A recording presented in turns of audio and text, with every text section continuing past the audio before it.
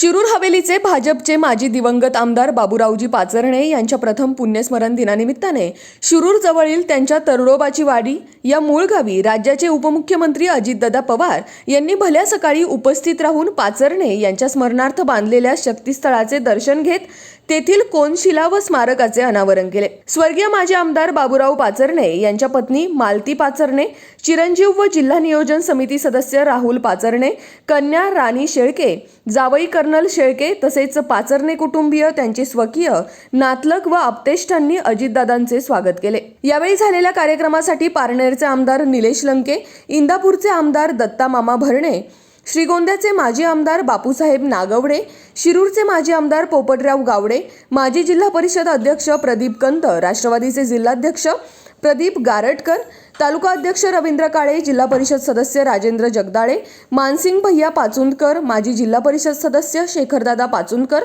दादा पाटील फराटे, भाजप तालुका अध्यक्ष प्रदीप सोनवणे, प्रदीप वळसे पाटील, प्रकाश बापू पवार, जाकीर खान पठाण, राजेंद्र गावडे, डॉक्टर राजेराम घावटे, गवारी अण्णा, राजेंद्र सोनवणे, शहराध्यक्ष शरद कालेवार, सागर पांढरकामे, स्वप्नील ढमढेरे आदी पदाधिकारी व मान्यवर उपस्थित होते। याच बातमीचा प्रत्यक्ष आढावा घेतलाय आमचे विभागीय संपादक रवींद्र खुडे यांनी। पाहुयात। या शक्तीस्थळाच्या इथल्या लोकार्पण कार्यक्रमाच्या निमित्तानं उपस्थित असणारे प्रदीपजी गारटकर, तसंच विधिमंडळातील माझे सहकारी दत्तामामा भरणे, दुसरे सहकारी निलेश लंके, माजी आमदार पोपटराव गावडे, प्रदीप वळसे पाटील, निवृत्ती अण्णा गवारे, आज लोकनेते आमदार स्वर्गीय बाबूरावजी काशीनाथराव पाचरणे साहेब यांच्या स्मारक लोकार्पण सोहळ्याच्या निमित्तानं उपस्थित असणारे माझ्या पारनेर तालुका, शिरूर तालुका, दौंड तालुका, हवेली तालुका या आजूबाजूच्या जिल्ह्यातनं आलेले सगळेच, इंदापूर सगळ्याच भागातनं आलेले सगळे हितचिंतक जमलेल्या बंधू भगिनींनो आणि माझ्या तरुण मित्रांनो, मला शेखर भेटलेला होता आणि त्यानं सांगितलं होतं की दादा अशा प्रकारचा 1 ऑगस्टला आम्हाला कार्यक्रम घ्यायचा आहे। आणि मी त्यांना सांगितलं होतं की बाबा, पंतप्रधान आज आपल्या पुणे शहरामध्ये येत आहेत, महत्त्वाच्या कार्यक्रमाचे उद्घाटन आहे, त्यांना लोकमान्य टिळकांच्या नावाने दिला जाणारा पुरस्कार तो ते स्वीकारायला येत आहेत। आणि आम्हाला सगळ्यांना, मुख्यमंत्री असतील, उपमुख्यमंत्री, राजकीय जीवनामध्ये काम करतो, तुम्हीच मला 91ला खासदार केलेला आहे पहिल्यांदा, आणि तेव्हापासून तुमचा माझे संबंध येतात। त्यांना सांगितलं की बाबा सकाळी 7ला असेल तर मी येऊ शकतो, म्हणजे 7 ते 8 पर्यंत मी कार्यक्रम त्या ठिकाणी करीन। तर मग इथनं पुढे गेल्यानंतर मला पुन्हा 10 वाजता त्यांचं वेलकम, मला आणि देवेंद्र फडणवीस साहेबांना सिंचन म्हणजे आपलं ऍग्रिकल्चर कॉलेज आहे त्याच्या शेजारचं जे पटांगण आहे त्या ठिकाणी आम्ही त्यांचं स्वागत करणार आहे। ते म्हणले चालेल। आम्ही 7 वाजता कार्यक्रम बरोबरच आलो। मुख्यमंत्री स्वतः बाय रोड आले, परंतु आम्ही दोघं विमानात येताना मी त्यांना सांगितलं की सकाळी 7ला मी जातोय, तो कार्यक्रम घेतोय। त्यांची काही तब्येत थोडीशी नरम होती, ते मला म्हणाले की आता माझी तब्येत पण बरी नाहीये, पण मलाही त्या कार्यक्रमाला यायला आवडलं असतं, परंतु तुम्हालाही माहिती की सगळ्यांना तब्येतीच्या काही अडचण असेल तर आपल्याला त्याला प्रथम प्राधान्य द्यावं लागतं। मित्रसाहेब बाबूरावजींचा तसाच लोकमान्य टिळकांची पुण्यतिथी आहे आणि अण्णाभाऊ साठेंची जयंती आहे। त्या दोघांनाही मी मनापासून वंदन करतो। शिरूर हवेली मतदारसंघामध्ये बाबूरावनी माझ्या आधीच्या सगळ्याच वक्त्यांनी केला। मी सहज पाठीमागच्या झालेल्या कारकिर्दीमध्ये नजर टाकत होतो, त्यावेळेस तुम्हाला सगळ्या शिरूरकरांना माहिती आहे की पूर्वीच्या काळामध्ये आरक्षण नसायची, सगळेच कुणी कुठं पण उभं राहायचं, तरी देखील एक शिरूरकरांनी परंपरा त्या काळापासून जोपासली की वेगवेगळ्या घटकाला शिरूरकरांनी प्रतिनिधित्व दिलं। जिल्हा परिषदेमध्ये पण बघितलं तर सुरुवातीच्या काळात आम्ही त्यावेळेस राजकारणामध्ये पण नव्हतो। आदरणीय पवार साहेबांचा, बापूसाहेबांचा किंवा पोपटरावांचा, अंदू महाराजांचा, किसनभाऊ भुजबळांचा किंवा हरिभाऊ ईश्वरांचा, अशा या सगळ्यांचा तो काळ। आणि त्या काळामध्ये हे 5ही जण 5 जिल्हा परिषद गटातनं निवडून यायचे आणि बरेच वर्ष ह्या सगळ्यांचं शहराच्या किंवा जिल्ह्याच्या तालुक्याच्या राजकारणामध्ये एक वर्चस्व होतं आणि तालुका एकसंघ ठेवण्याचा प्रयत्न झाला. नंतरच्या काळामध्ये काही घटना घडल्या, नवीन कार्यकर्ते येत असतात, वडील त्याचं काम करत असतात. त्यांनी प्रत्येकाने आपापल्या परीनं काम केलेले आहे. खूप मोठा बदल चास कमान धरणामुळं आपल्या शिरूर तालुक्यामध्ये झाला.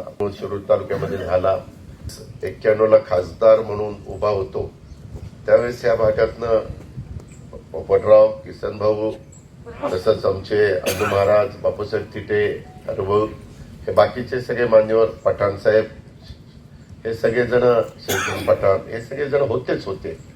परंतु त्याच्याच बरोबर काही तरुण कार्यकर्ते, त्याच्यामध्ये बाबूरावजी होते, त्याच्यामध्ये अरुण गायकवाड होते, त्याच्यामध्ये असे काही सहकारी होते.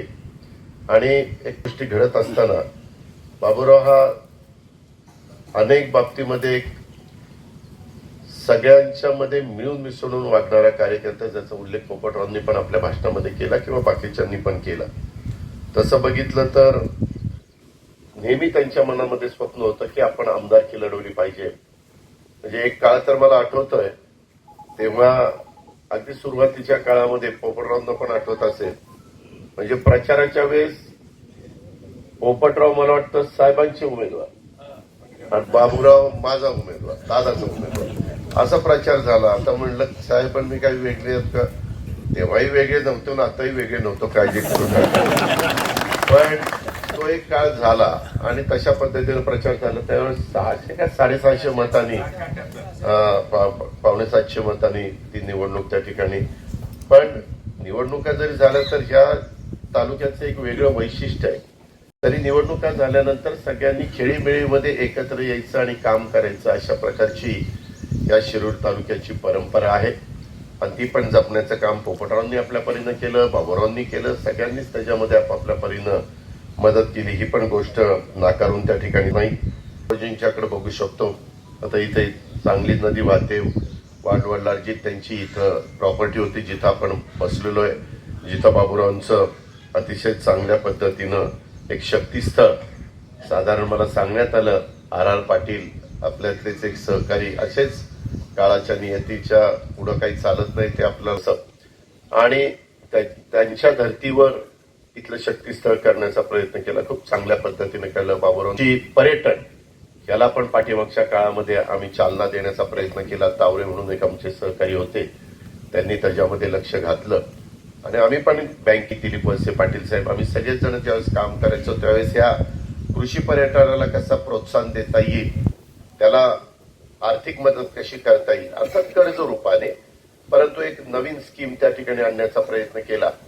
कारण आई उद्योगींच्या दूरच्या दृष्टीतनं झाला आणि तिथंच त्यांच्या घरच्यांनी सगळ्यांनी ठरवलं की बाबा आपण इथंच एक चांगल्या प्रकारचं स्मारक हे करायचं आणि प्रथम पुण्यस्मरणाच्या दिवशीच ते स्मारक पूर्णत्वाला न्यायचं. त्याच्यामध्ये राहुल असेल, बाकीचे सगळे त्यांच्या घरातले घटक असतील. परिवार शक्तीस्थळ इथं उभं राहिलेलं आहे. बाबूरावजींना जाऊन 1 वर्ष झालेलं आहे, तरी त्यांच्याबद्दल लोकांना वाटणारा जिव्हाळा, आपुलकी, प्रेम हे कुठं कमी झालेलं दिसत नाहीये. हीच त्यांच्या कामाची खऱ्या अर्थाने पावती आहे असं म्हटलं तर चुकीचं ठरणार नाही. कृषी पर्यटनाच्या केंद्राच्या तालुक्यातल्या तरडोबाची वाडी सारख्या एकाशा छोट्याशा वाडीमध्ये शेतकरी कुटुंबामध्ये झालं. तसं बघितलं तर बाबूरावच्या राजकीय घरामध्ये बघितलं, आता आमच्या घरामध्ये राजकीय पार्श्वभूमी आहे.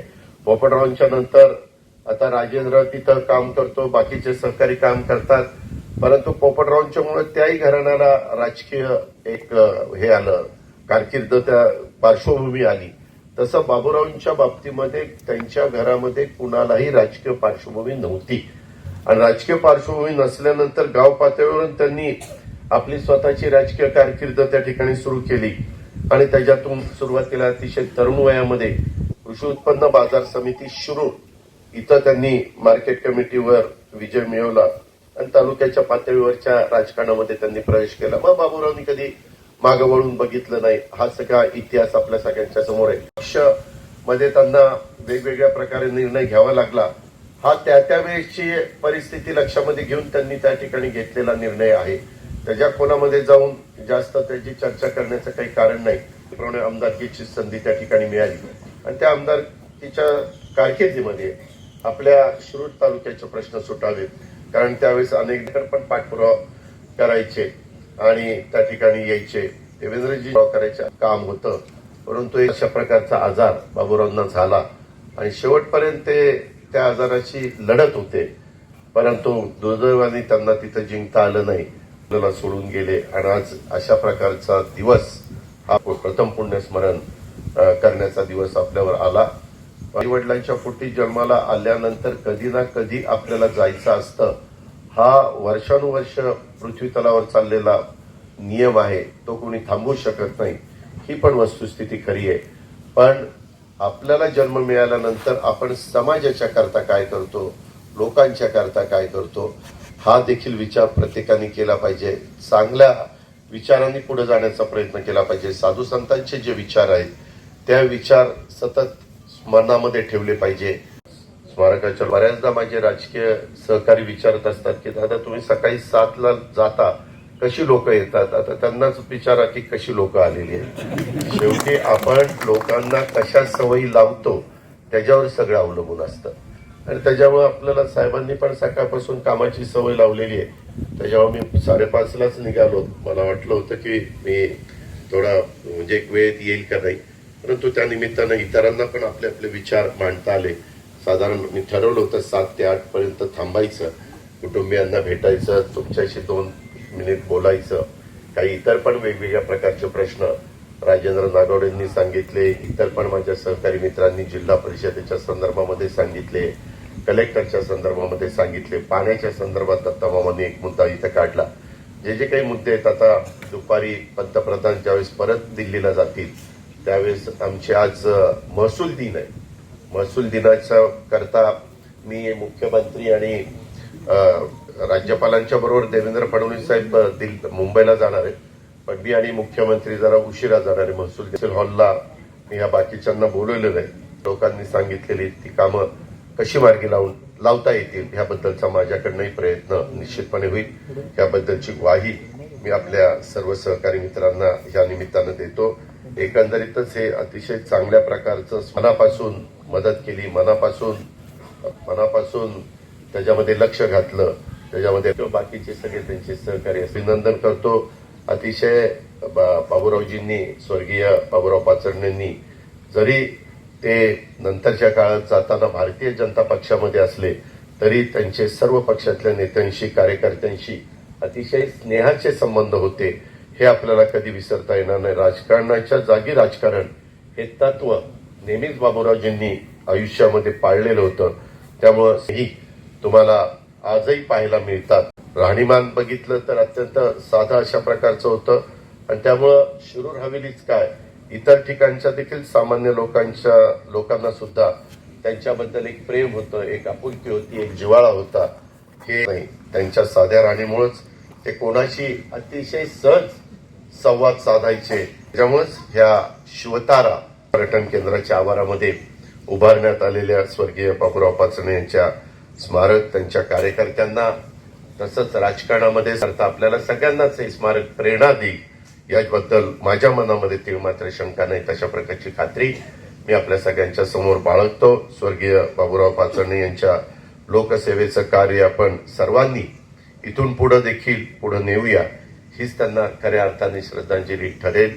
त्यामध्ये चांगल्या प्रकारचं काम करतोय, पण त्याला चांगल्या प्रकारची साथ देत आहेत. तिथीच्या निमित्तानं एक सच्चा लोकसेवकाला मी पुन्हा एकदा व्यक्तिशः माझ्या वतीनं, राज्याचा उपमुख्यमंत्री म्हणून राज्यातल्या 13 कोटी जनतेच्या वतीनं मी भावपूर्ण श्रद्धांजली अर्पण करतो. या ठिकाणी थांबतो. जय हिंद, जय महाराष्ट्र. कैलासवासी बाबूरावजी पाचरणे साहेबांच्या या वर्ष श्राद्धाच्या कार्यक्रमाच्या निमित्तानं आज इथं उपस्थित आहोत. आदरणीय दादा ते 19 मध्ये आम्ही एकत्र विधानसभेमध्ये काम करण्याचा आम्हाला योग आला. एक पाचरणे साहेबांसारखा एक अभ्यासू व्यक्तिमत्व, एक आपल्या भागातील प्रत्येक प्रश्नाची जाण असणारं आणि ते प्रश्न कसे सोडून घेता येतील त्यासाठी कसे प्रयत्न केले पाहिजे यासाठी त्यांनी सभागृहामध्ये आपल्या भागाच्या अनेक प्रश्न मांडले, ते सोडून घेण्यासाठी त्यांनी प्रयत्न केले, हे आपल्या सर्वांना माहीत आहे. ज्यांनी नेतृत्व केलं ते कैलासवासी बाबूराव पाचरणेंच्या स्मृतीस्थळाला भेट देण्यासाठी, उद्घाटन करण्यासाठी उपस्थित असणारे महाराष्ट्राच्या राजकारणात एक कर्तृत्व संपन्न नेतृत्व. माणसं बोलतात पण करणी तसं वागत नाही, पण बोलल तसं वागणारा आणि कुठेही न वागता समाजासाठी सर्वस्व देणारा एक कर्तृत्वान नेता महाराष्ट्रामध्ये आहे, ते म्हणजे अजितदादा. ते आज उपस्थित आहे. प्रथम पुण्यस्मरणाच्या निमित्ताने या ठिकाणी ज्यांनी उपस्थित दाखवले असे आपले सर्वांचे नेते, आदरणीय राज्याचे उपमुख्यमंत्री अजितदादा पवार, भरणेमामा आणि सर्वच व्यासपीठावरील मान्यवर. आत्ताच बऱ्याच मान्यवरांनी पाचरणे साहेबांच्या जीवनपट, सर्वसामान्यांचे तळागाळातील प्रत्येकाच्या सुखादुःखात सहभागी होणारे नेतृत्व आपल्याला 1 वर्षापूर्वी आपल्याला सोडून गेलं. घेता सर्व उपस्थितांच्या वतीने पाचरणे साहेबांना आदरांजली पुष्पांजली अर्पण करतो. ओम शांती, ओम शांती. राज्यात अनेक चांगले प्रकल्प उभे व्हावेत अशी राज्याच्या अनेक लोकांची इच्छा आहे. शेतकऱ्यांसाठी काम करणारा, कामगारांसाठी काम करणारा, गोरगरीब माणसासाठी काम करणारा आणि न्याय देण्याची भूमी अभेदपणे ज्या दादांनी बाळगली, ते दादा खऱ्या अर्थानं या शक्तीस्थळाचं उद्घाटन करण्यासाठी आपण दादा आलात. तुमच्या मनातल्या असणाऱ्या सगळ्या इच्छा पूर्ण होत हीच अपेक्षा या निमित्तानं व्यक्त करतो. या शक्तीस्थळाच्या कार्यक्रमाला आलात त्याबद्दल आपणा सर्वांचं मी या निमित्तानं ऋण व्यक्त करतो. असंच प्रेम पाचरणे परिवारावर आपण ठेवाल ही भावना या ठिकाणी व्यक्त करतो आणि या ठिकाणी थांबतो. जय हिंद, जय मान. 1 वर्ष झालं बाबूराव आपल्यातून जाऊन, तो 1 वर्ष झालं तरी त्यांच्या ज्या स्मृती आहेत त्या आपल्यातून आज जात नाही आहेत. याचं कारणच असं आहे की त्यांनी जे त्यांचं पूर्ण आयुष्य जे वेचलं ते सर्वसामान्य गोरगरीब लोकांसाठी वेचलं. जे काही राजकारण केलं, समाजकारण केलं ते लोकहिताचं केलं. आणि हे राजकारण करत असताना कधी त्यांच्या मनामध्ये कोणाबद्दल द्वेष मला कधी जाणवला नाही. ती आम्ही इंदापूरसारख्या ठिकाणी दूर असलेली लोक सुद्धा, पण यांचं आमचं मुंबईमध्ये, पुण्यामध्ये जेव्हा कधी गाठ पडायची तेव्हा अत्यंत प्रेमानं, अत्यंत एक विचारपूस, जशी एखाद्या थोरल्या भावासारखी अशा पद्धतीची त्यांची आमची मैत्री आणि त्या पद्धतीची आम्हाला वागणूक असे. आधारस्तंभ होते. खरं तर त्यांच्या नेतृत्वामुळे आपल्या शिरूर हवेलीच्या सर्वांगीण विकासाला गती मिळाली. ते कैलासवासी माजी आमदार आदरणीय बाबूराव पाचरणे साहेबांच्या प्रथम पुण्यस्मरण दिन, त्यांच्या या ठिकाणी शक्तीस्थळाचं लोकार्पण सोहळा या ठिकाणी आपण सर्वजण उपस्थित आहेत. आमच्यासारख्या कार्यकर्त्यांना ज्या वेळेला पाचरणे साहेबांचं मार्गदर्शन मिळालं, सर्वसामान्य माणसाच्या हितासाठी कशा पद्धतीने काम करायचं, सर्वसामान्य माणूस हा विकासाचा केंद्रबिंदू मानून त्यासाठी कशा पद्धतीने काम करायचं हे आमच्यासारख्या कार्यकर्त्यांना शिकायला मिळालं.